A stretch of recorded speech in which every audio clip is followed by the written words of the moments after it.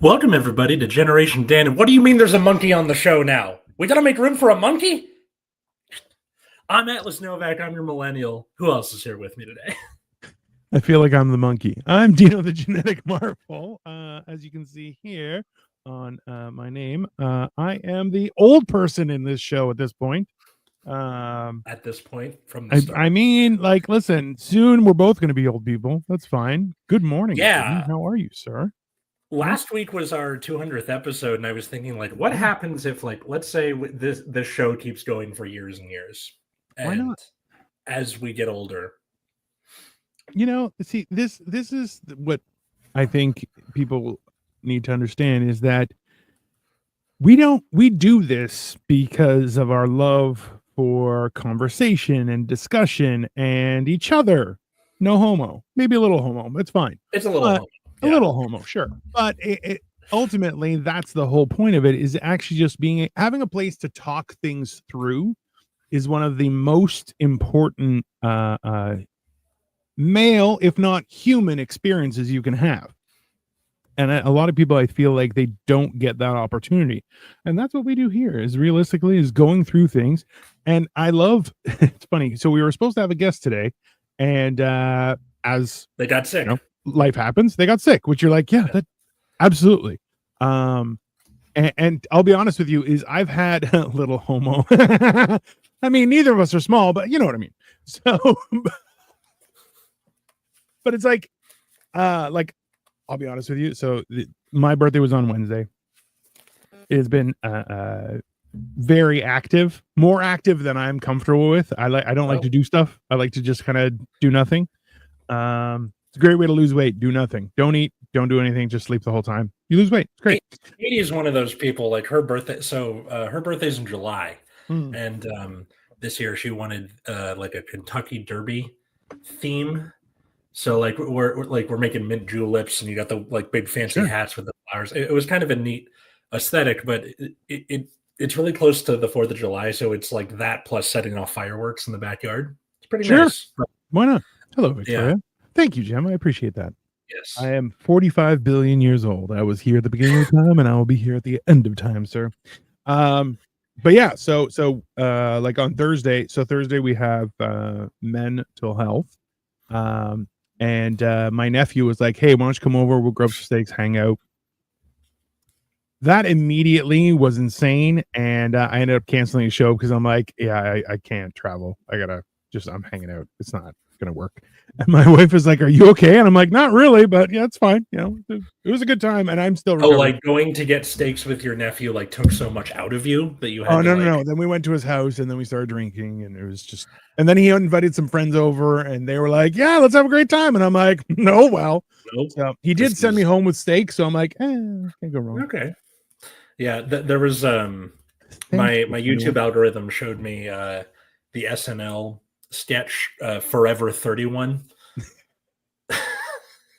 And I'm like, wow, it's starting to figure me out and what age I am. Because like I'm watching it, and like the whole like fun of the sketches, it's like all the loose clothing and you know that sort of thing. Learning to love yourself and be comfortable with it. Yeah. Listen, I'll tell you this much is the best. One of the best roasts I ever nailed somebody with was there were two younger women who were not only disturbing the show, but they were very close to the stage and then were talking loudly the entire show. So I went up, and as soon as they said something, I'm like, what's up, Forever 41? And they were like, how dare you? And I'm like, are you older? And they left, and I'm like, and that's how you do it, boys. There you go. It's just ruined someone's entire day. Well done. Yeah, so yeah, totally. So we're doing it on the fly, I guess, telling stories of handling how you adapt. Yeah, definitely. Or if I remember in the future, I'm gonna put the little clip of from Friends where they're like moving the couch. Pivot. It's like, hey, you know what?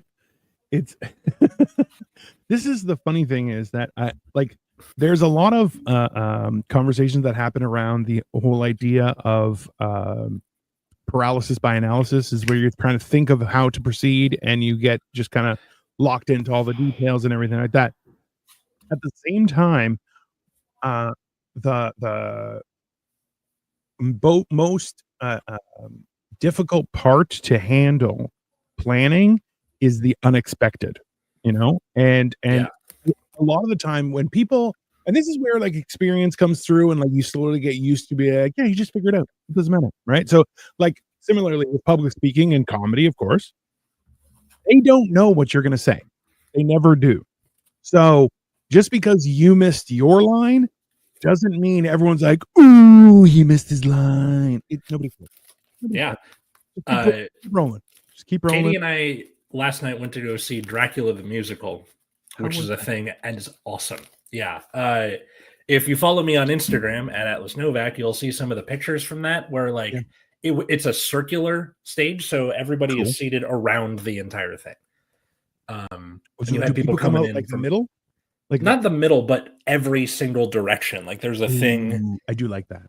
Yeah. I was in a perfect spot where anything happening to my right, I had to like break my neck to go see. Not so much for Katie because she's more closer to the center of the row. But it was really cool. But there's a part near the end where they're like, all right, we're going to go kill Dracula because it's like getting ready for the final confrontation. Of course. And in the show, they add 2 more characters because in the original, it's Van Helsing, Jonathan, and the Doctor. Oh, no, Mina's like the love interest, but like there's that threesome. She's not a real character. Yeah, go on. They do more with her in this show too, but of course. Anyway, so they had 2 more. There's like Mina's friend Lucy, her husband, and this like a random like he's like a bounty hunter from Texas. He's there. I mean, yeah. Fair. But there's a part near the end of the show where everyone's like getting their like, I'm getting my wooden stake and I'm getting my thing. He's like, good thing I brought this. And he's supposed to pull out a shotgun from this big trunk because we're on the train while they're talking about this. And he couldn't find it. So he's like rifling around in this trunk. But very clearly, like he did it on the fly. It's like, God, we suck at packing. Got it. It out. That's how you do it. Tim says, I hate doing stand-up in the round. Hey, there's like, it is, if you're not prepared, it is very uncomfortable because you just feel people looking at your back. Like, I don't know if you get this, Atlas, but like, do you get a vibe when you feel like someone's staring at you? Like you feel, you're like, who's staring at me? What's happening here? Yeah. I've only done stand-up in a round like twice, and it's first of all, pull up Cole's thing because it's great. If it isn't fantastic foreheads, you'll be coming here soon, sir. You'll be coming here soon. Yeah. So yeah, like doing stand-up in the round, I realized what you got to do is like almost like clockwork. You have to like move it, 1/4 things every few seconds. Like you do a setup, you turn. You do the punchline, also, you turn again. And this is the thing is though your punchlines can be elevated by random movement. So if you're like, and that's when I bam and turn right around, and people are like, ah, like there's like a lot Bob of Hope style of it. Yeah, there's a lot more to take into consideration. So it's a lot a different type of preparation. And also, like for me, I don't like it when people are staring like behind me and stuff like I don't. It makes me feel vulnerable, right? So you get used to it after a while. I think for them, the way the choreography was like they made a point of like everything's constantly in a circle, so they're constantly like turning, and I think you sort of get the full experience no matter what. In one of the pictures, you see like these 2 curtains doing this. And at first I thought it was like, are they going to put those down and I'm going to be behind those? Nope. They use that for fucking trapeze stunts.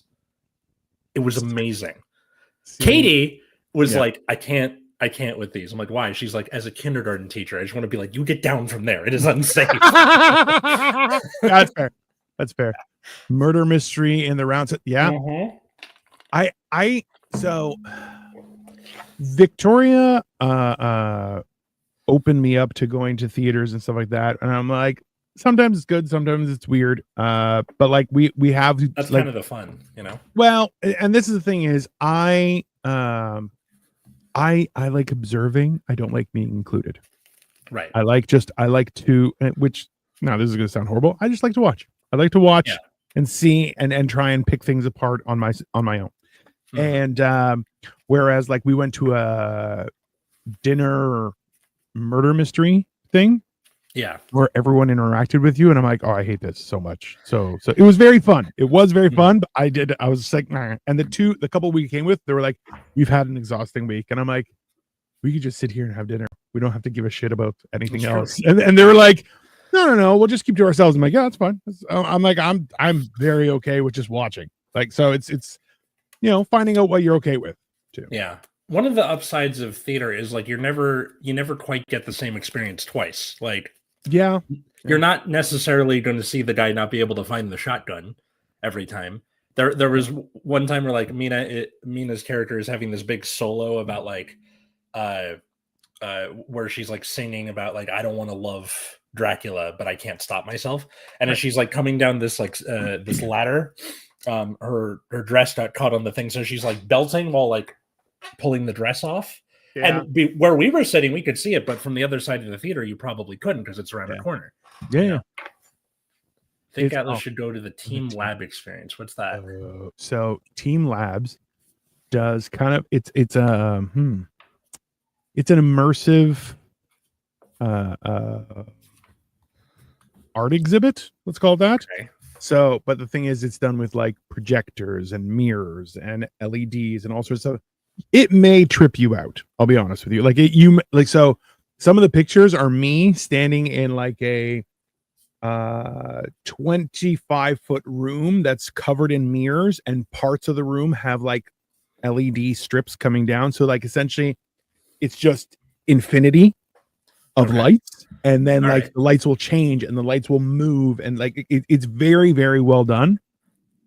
Super wild. But like also too, like, so they have this whole big room, and then there are curtains. And if you don't look for the curtains, you're just like, oh, this is just a big room. And they'll have like perspective things where like if you step on it, it moves. It'll have the lights will make it look like it's flat, but it's actually a slope, weird stuff like that.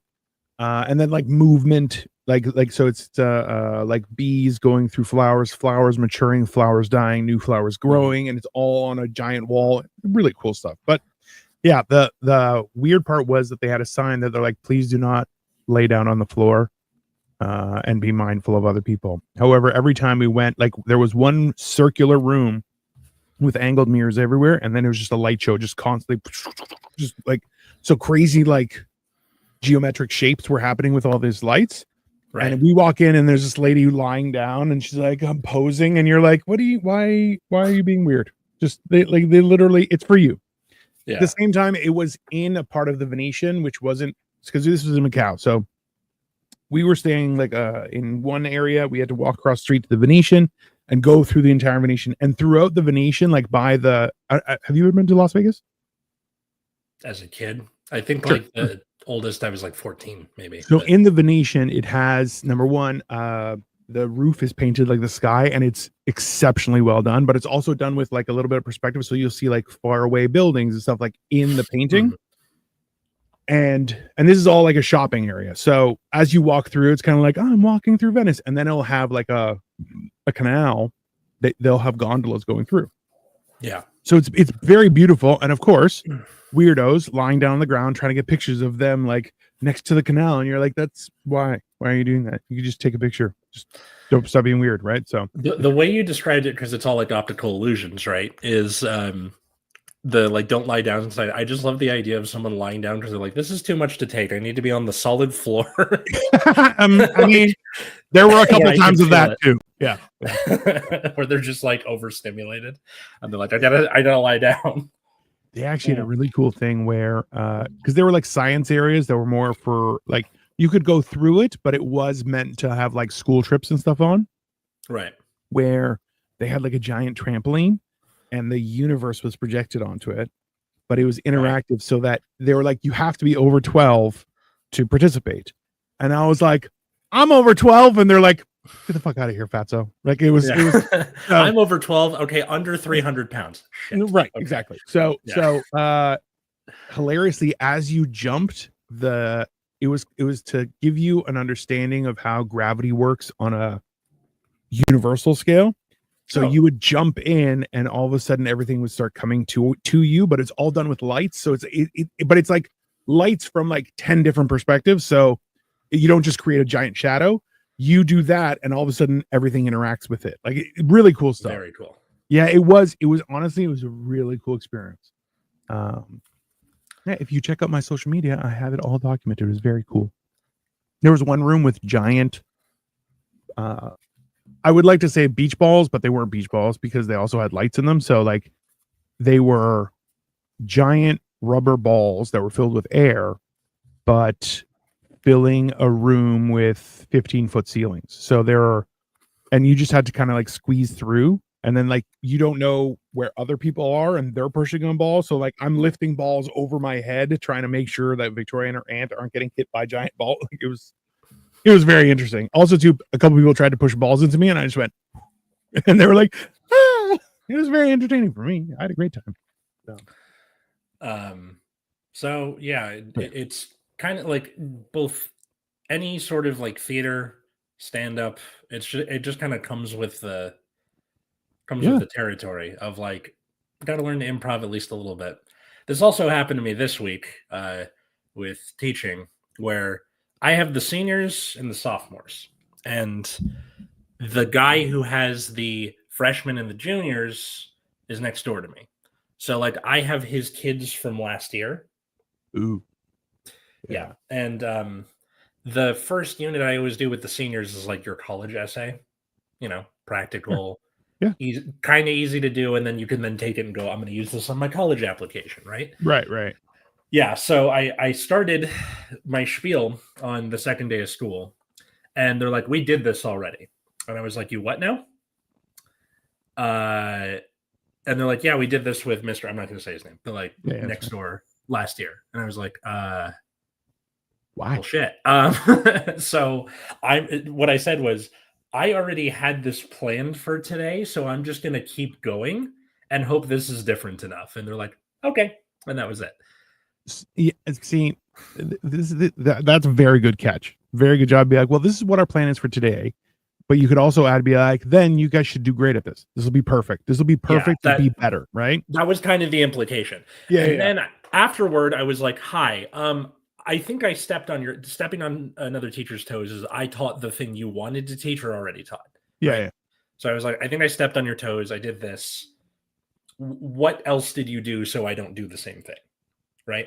Yeah. And he's like, literally, it was the very end of last year. We just did this because I had nothing else to do. You can just keep going. They tried to pull a fast one on you. Is what they? Oh, we've already done this, sir. We're already super smart. We don't need to teach us. We can have a day off. They didn't even say like we want to have a day off. Like they were very supportive in their own right, where they were just like, not every teacher does it the same way. They said that to me, and I was like, all right, cool. So interesting.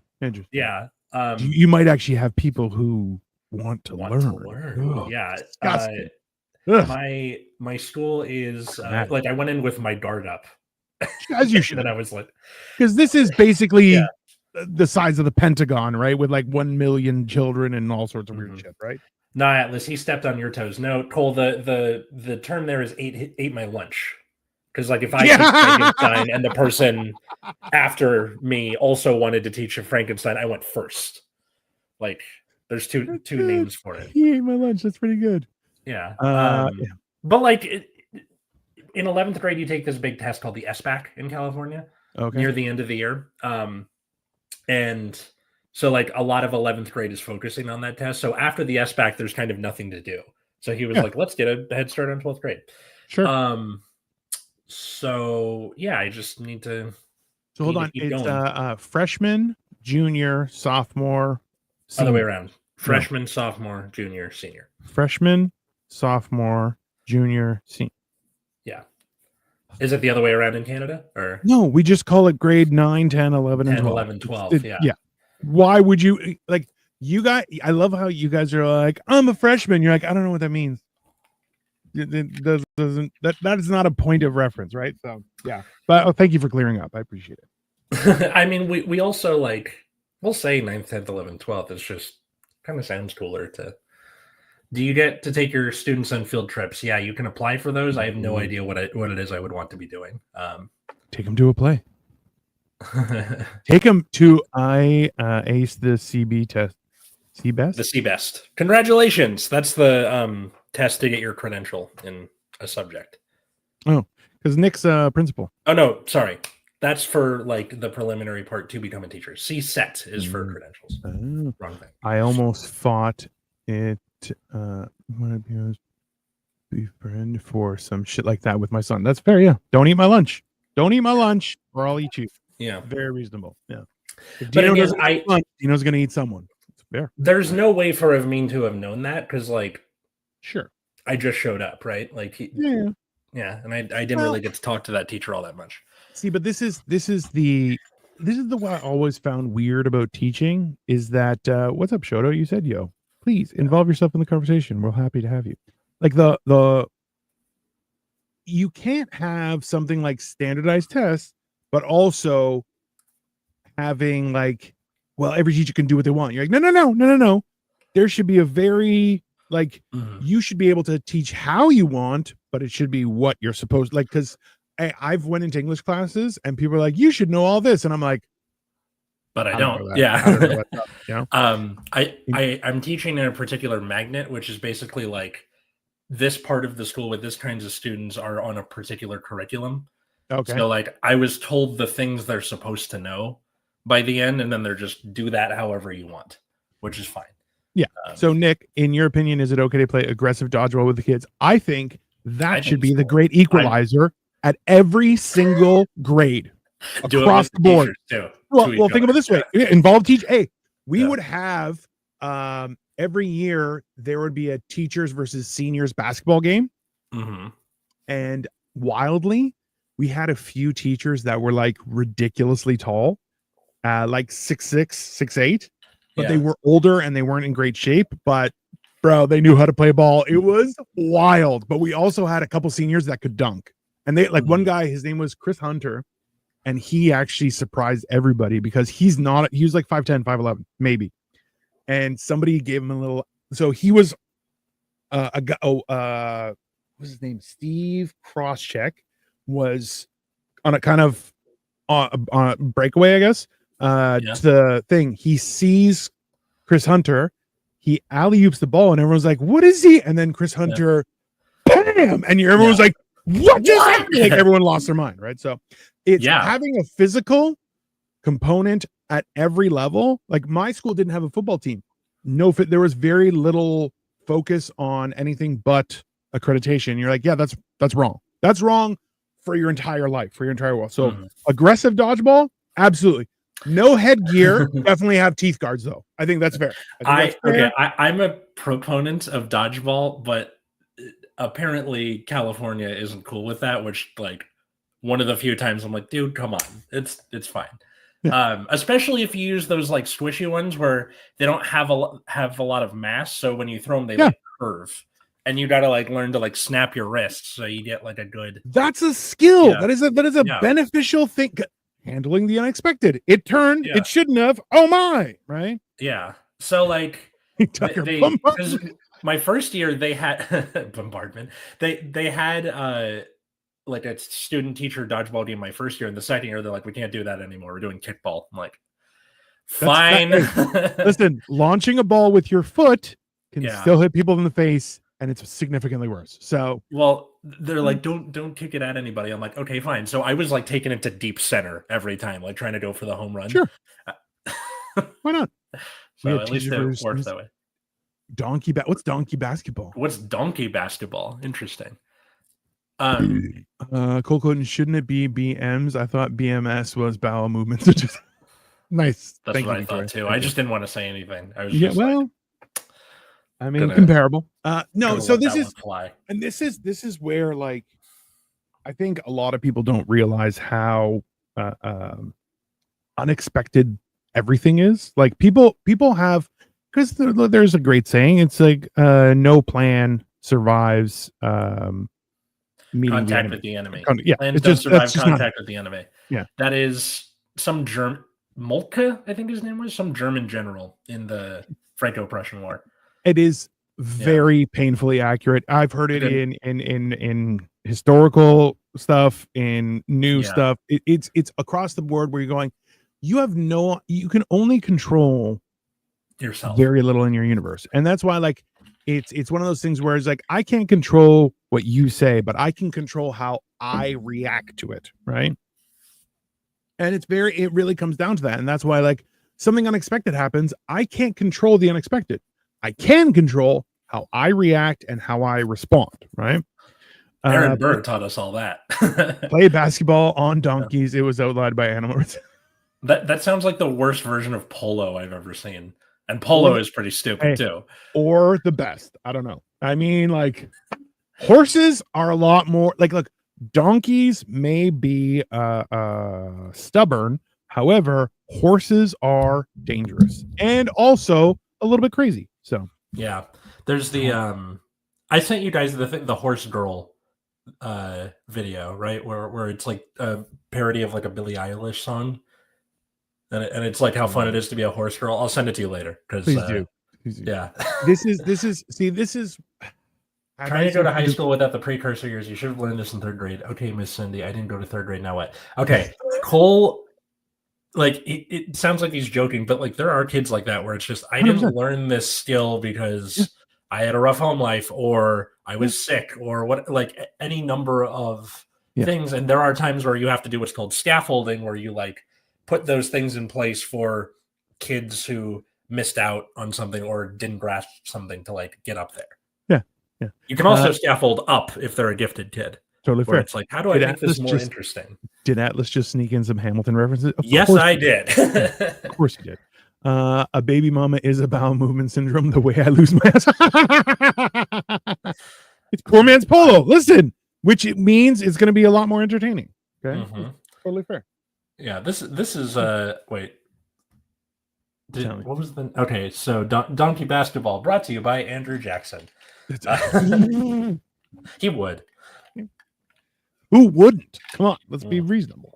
Let's see the wild part is handling unexpected things, like especially in school. Jesus, like there's always something new or crazy happening. Especially the fact is you have a whole bunch of raging hormoned youth, so they have not normal thinking. Also, you know, they're peak physicality. Some of them are still trying. I remember one guy who didn't hit his growth spurt until like grade 10, and he was like 4'6", and then when he hit his growth spurt, he's like, I'm 5'6", and I'm like, you're still little. It doesn't matter. It's not right.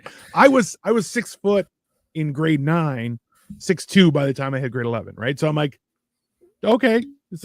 It was weird. Autocorrect changed. Sydney for the record, and I wasn't joking. Yeah. I don't know. What do you guys think about handling the unexpected? Like, what's the so whenever somebody tries to get me and I don't have a response, I go, okay.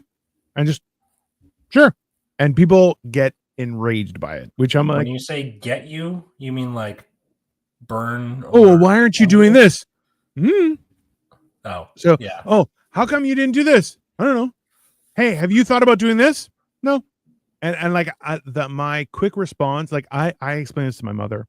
So my mother is in her late 70s now. And I said to her, I'm like, listen, because she asked me some questions about financial stuff and everything. And I'm like, yeah, no problem. So I explained to her. And she goes, what about these kind of things? I'm like, listen, anytime, and I use this for across the board as best I can, is anytime someone's like, well, you have to act right now. No. Oh, you have to do it right now. No. Why? Because if it's the only way this can be successful, if I immediately act, tells me that you're not telling me something. That has been my experience. Like, okay, act so now or you'll lose your opportunity. I won't. I'm fine. Thank you. When I was a kid, one of the things that drove me crazy was my dad saying the phrase, I'll take care of it. Because he would do that just to get you off his back, and then like he wouldn't do it 9 out of 10 times. So I'm doing the like I'm trying not to be like my dad thing. I don't know why I made myself sound like Elon Musk. Blech. So But I try to like be proactive about stuff or be like, no, I'm on it. But then it's kind of made me a people pleaser. So I'm trying to find like that balance between, So yeah. I totally exactly understand what you're talking about. And something that I've been trying to phase into my daily life is, if you can do it in 5 minutes, just do it right now. 5 minutes, do it right now. If it's going to take longer than that, schedule it right now. Right? So it's one of those things where you're like, I can do it this day, I can do it this, like, because, and like there's it's this weird thing where I think en masse people in general have started to, not started, but we are full on into the overwhelmingness of existence and how that affects us, right? Because a lot of people's response is, well, I'm just gonna do whatever I want. You're like, that's a mistake. Don't do that. That's because what you want is not thinking straight. That is not a helpful thing for you or anybody else, right? And that's and then other people are like, I'm just gonna follow my heart. Don't. Your heart's an idiot. Don't do that. Right? Like, so something I've been explaining to a friend of mine, she's been going through a bunch of stuff, and I'm like, you got to understand. Like, I use a Star Trek analogy that has consistently helped people understand this, is that you have a ship. That's your body. It's built. It does stuff. It needs to be maintained. That's one. Then you have the computer. That is actually your brain. Okay. It can do whatever you ask it to, but it actually can't make a decision. Okay. And then you have you. You are the captain. You are the one in charge. So if you relinquish control to the computer's going to say, we're going to fly around in circles because that's safe and I can do that. No problem. Big deal. I can take everything all the time I need and do everything. Whereas if you don't take charge, if you don't give the computer instructions, it will never do anything. So we're in this weird thing where you're like, I'm going to follow my heart. Don't do that. Your heart's an idiot. You're like, well, my mind says that I should just sit at home and do. No. Your mind's an idiot as well. It wants to be safe, comfortable, and just get shot up with dopamine constantly. And it's this weird thing that, like, the amount of new knowledge we've gotten has come into play to try and, like, ha, you should be physical. We should have dodgeball in schools. Why? Why not? Just get, hey, a little bruise never killed anyone. Hasn't killed anyone, right? I don't think so. I don't think so. I'm sure it's just like it's a lot to take when you're a kid, and yeah, sure. But so that's the best time to be overwhelmed is, like, if you have the right support. Don't get me wrong. The best time to be overwhelmed is as a kid, because you can learn to do more. But the important part is, like, having a stable family life, having people that love you, having people that want you to be better, right? Like, so yes, but not every kid has that, which I think they're just trying to, like, cover their bases with it, right? I agree, but now and that's the thing is, then the clear problem is that, not the other, right? So it's like there's so much weird stuff where, like, so FYI, we went for my birthday, we went to number one, an escape room, which is very fun. It was at, like, so there's a place called Pioneer Black Creek Village, and it's just like old timey type stuff. Is it like the South Park episode where they go to the Pioneer? Why, it's 1864 and, like, never break character. Those people, okay, yeah. And but it's an escape room, and it happens at night, and awesome. It was wild. Also found out, I'm like, we're a little bit dumb, and they're like, no, you're not. You're doing great. I'm like, you're a liar. You're a very much liar. We did an escape room for my bachelor party, and like, I think we got 3/4 of the way through it. Yeah, we almost so we got all of the clues, but couldn't go get a thing. So it was really fun. The whole theme for ours was like a casino, and me and my brother-in-law were separated from the rest of the group and locked in the office, so we had to, like, find the keys for the handcuffs in the dark. And then you have to eventually, like, open the one-way mirror to the floor and, like, speak over the intercom to help them. But, like, it took us so long to find the goddamn handcuff keys. See, so going into it, we a couple friend of ours and their daughter came. And so it was the five of us, and I was like, I always like to ask at escape rooms, I'm like, hey, is anything supposed to be broken? Because I'm like, this is the thing. Is I'm like, I may have hulked out and destroyed everything. Well, this is the thing is I'm like, I walk up to stuff and I'm like, hey, clearly this is the way. I'm just going to go that way. And people are like, nah, no, you got to figure out the clue. I'm like, I can't find a clue. I'm going through the wall. And they're like, don't do that. Don't do that. And I'm like, but other places have been like, yes, you have to break through that door. And I'm like, ha, that's my way, So I love the idea of you winning escape rooms in the way they're not supposed to be won by just being the Kool-Aid man. I mean, kind of works.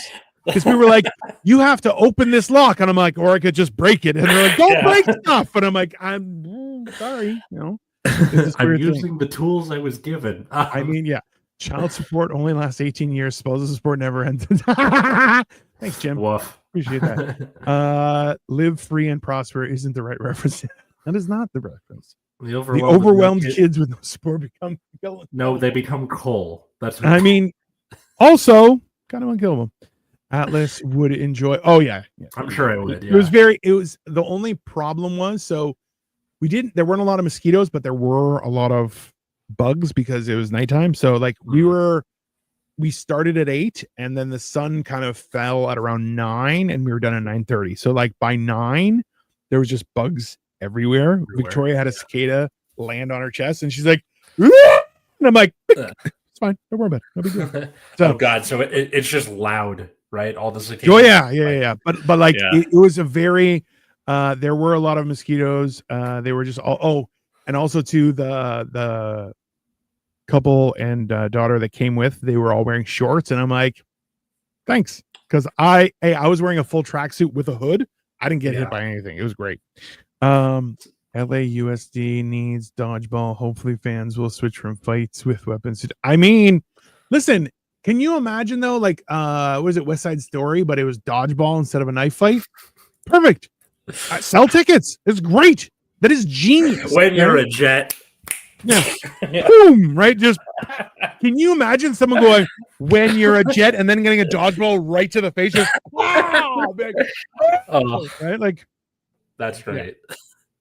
I mean, listen, dodgeball is a solution to a lot of stuff, right? Like it's and very manageable. See, Jim, 100%. I mean, 100%.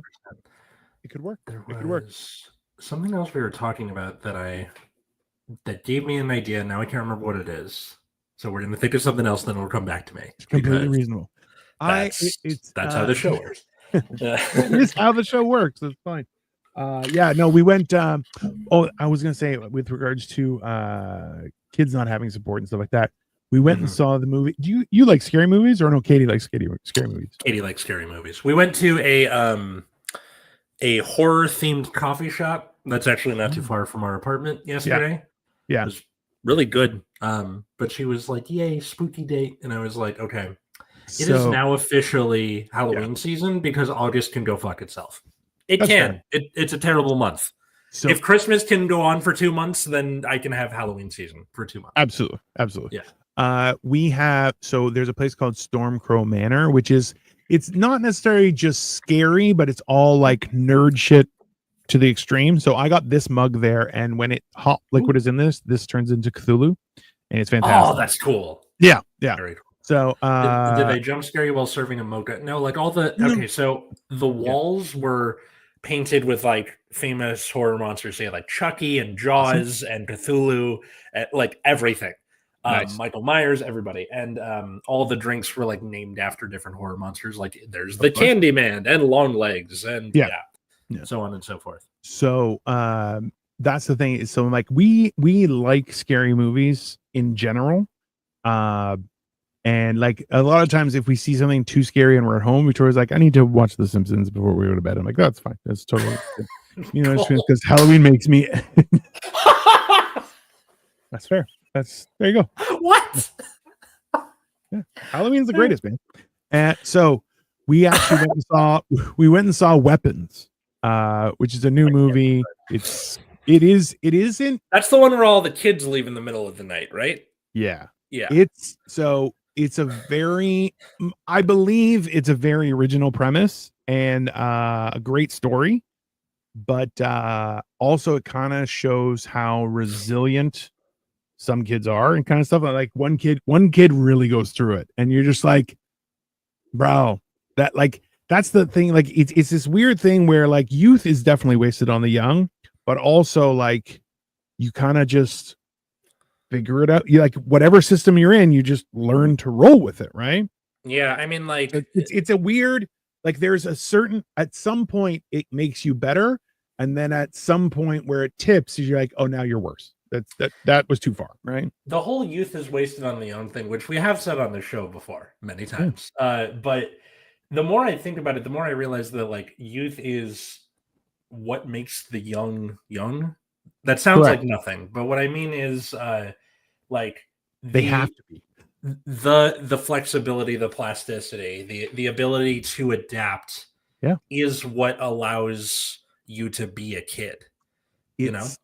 Well, so even Katie might be watching this on Disney is the new Alien Earth show, and it's actually they're adding a lot of more context to the Alien universe. And one of the things is that one guy's working on transferring people's brains into a synthetic body. Okay. But he can only do it with kids because adult brains are too rigid. And you're like, yeah, that's so it's this weird. That's good storytelling. That's like really good story. Like honestly, internally consistent, good stuff. It's adding a lot more. I don't want to say context, but understanding of the Alien universe. Because like you get some information, like even from watching Alien and Aliens, you're like, who's Weyland-Yutani? What is this? And right, and all these different things, and you're going like, oh, this is how things piece together, right? And youth is young because they're still retarded. I mean, yeah, that's fair. The thing that's wasted on the young isn't like the mental aspect of it; it's the cartilage. It's the knees. That's the part that's wasted on the young. The knees, the inquisitive nature, the willingness to, again, that is like intrinsic to what makes someone a kid.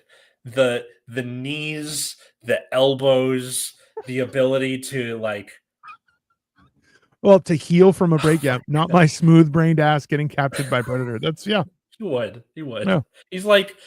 He's the first or second to die. I mean, you know what though? He would be the first or second to disappear and then show up at the end and be like, where have you guys been? I've been by myself in a hole over there. What happened? Like, Oh yeah. It was like the thing where he looks stupid and then it goes all the way back around to smart because he does the Occam's razor thing of like, just hide in the hole. It's fine. Yeah. Well, it's have you ever seen Cabin in the Woods, the newer one? Yeah. And the kid who smokes a lot of weed is like, Brown, this is fine. And you're like, what the fuck? Right? It's one of my favorite, like that and Zombieland are horror movies that I like, but Katie hates them because comedy. She doesn't like horror comedy, just horror. So there's extra information on the Cabin in the Woods that kind of gives you a better understanding of the grandeur of their universe that they're operating in, and you're like, it's a very cool type thing. But like that's the thing is that's what I always loved humor. Let's write a horror film. I'm gonna have Katie sub in for me because I have a few. I am working on them currently, sir. The whole idea is that like I always find humor and horror are actually very comparable because it's about the surprise. Right? Yeah. The horror surprise makes you want to pee because you're afraid for your life. The funny surprise makes you want to pee. It's so funny, right? Yeah. And like I've made people poop their pants. I got that part. And now I'm trying to make people pee their pants through humor. It's while we're on the writing aspect, I'm not going to share it on this show, but last week, for the first time in my life, I accidentally took my seizure meds twice. And how that happened was I took it and then it was empty for the week. So I filled up all the little boxes. And then 3 hours later, I was in the bathroom getting something. And I was like, oh, it looks like I haven't taken it. So I took them and then remembered that I took them. And I was like, what happens if you take it twice? Because I've been on seizure meds for 15 years now, and I've never done this before. It turns out, have you ever seen The Wolf of Wall Street? I have not. I've been, but yes. Okay. Have you seen the scene where they're on expired Quaaludes and they're all like, it's that basically. A fugue state. Kind of. So I was like floaty and very, and I wanted to go to bed, but also I had never like been in this state of mind before, even with other drugs. Like, double seizure meds give you seizure. Yeah, a negative times a negative is a positive. No, so I was like, I'm gonna write something. So I sat down and just banged out a flash fiction. And for those who don't know, it is not people showing their bits to other people. It's like a very short story, like 750 to 1,000 words. Right. And then I went to sleep. And then I sent it to Dino the next morning because I was like, "What do you think?" And he's like, "This is the worst thing I've ever read." Yeah. So it was written very well. Structure was great. It was a well structured story. However, it was kind of like someone telling you a story about the worst possible thing in the universe, and I'm just like, Gotcha. this is not the premise was the flawed part, which I'm okay with. Yes, everything else was great. It was, you had a little bit of mystery, a little bit of plot development, a little bit of an understanding of the world we're living in. However, the premise itself was, I'm like, this is you should burn this. This is not for anyone. Well, I'm curious because I sent it in the group chat with you, me, and Joey from Storytable Degenerates, and I told you what the premise was, and I didn't tell Joey what the premise was. Yes. I'm curious to see what he thinks because Joey can't read though, so it's a little tricky on that one. Joey, anyway, I made the best of a interesting situation. I think because it was like an hour and a half that I wrote that, and then went to sleep hard. Like head hits the pillow, I'm out. Just eat less popcorn and you won't need to pee. I don't know what that popcorn makes you pee. Makes you pee. Yeah. Now we have an experiment. See this, and I want to be very clear. Yeah, I mean, I want to be very clear about this. Is I told Atlas, I'm like, listen, if you finish this, people will love this. None of those are good things. Like this is essentially, I was trying to stop Twilight and 50 Shades of Grey from being completed. Like that, I was like, this isn't going to help anyone. Don't do this. Don't do this. The world is bad enough as it is.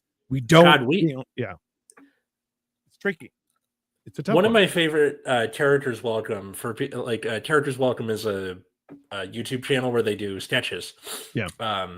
And one of them was like, if Bella from Twilight had any friend at all. And she's like, no, don't go out with the vampire. He sparkles in the sunlight. I get it. It's not a good idea. Cole says, more salt, more drink, more pee. Read a book. Listen, sir, I'm not sure if you're aware of this, but in the before times, when I was what's called a young person, we would try and hold it for the movie. But movie drinks were getting larger and larger. And then they're like, if you get a large, you get a free refill. Okay. And you know me, I'm like, a free refill? Oh, that's twice as much. I'll get that. That's a mistake. That's a mistake. Because I would finish one drink before we even started, go get a refill, drink that. I would have to waddle to the bathroom. The longest pee I ever had was like a minute and 13 seconds. And I swear to God, it definitely damaged my bladder. There's no question. That's longer than the pee in League of Their Own, where Tom Hanks, it's like 50 something seconds or something. Yeah. It was not good. I was lucky I was young, because if I wasn't, I may have died. Yeah. What's funny is like movie theaters now, I don't know how if it's like this in Canada, but in the US, they'll give you the cup and the soda machines are like over there. So technically they're like only larges get refills. They don't give a shit. So you just go do that with the small. See, and this is which is already huge. There's so we used to go to exclusively to VIP theaters where they have like a little table that comes out, and I lost enough weight that I could actually turn the table out and eat. And then they would have and they would bring you food, they would bring you booze, all the things. Like an Alamo Draft House type deal, right? So, but now we go to a place that's outside of the city because every chair is a full recliner, which I'm like, bro, that's the good stuff. And they have a separate one where you can get a premier seat, which is actually so It actually has walls around your 2 seats. Then it has a little table, and the seats are heated. And I'm telling you, bro, I don't think I need a heated seat for the movies because that would just make me sleepy, which I don't want. it's not for men, it's for the ladies. They love it. And they encourage, you can buy a blanket or bring your own blanket and use it. And which you're like, listen, women love having a heated seat and a blanket. That this is because they crave the heat of hell. This is what women want, right? It's the same thing with the lava shower. It's just, yeah. I keep a blanket in my classroom along with a pillow for if I want to nap during my prep period. But apparently, so like last year, the way that my classroom was laid out, I could hide my little mini fridge behind my desk and it just looked like, another table or something. Now my desk is like, you can see it directly from the door.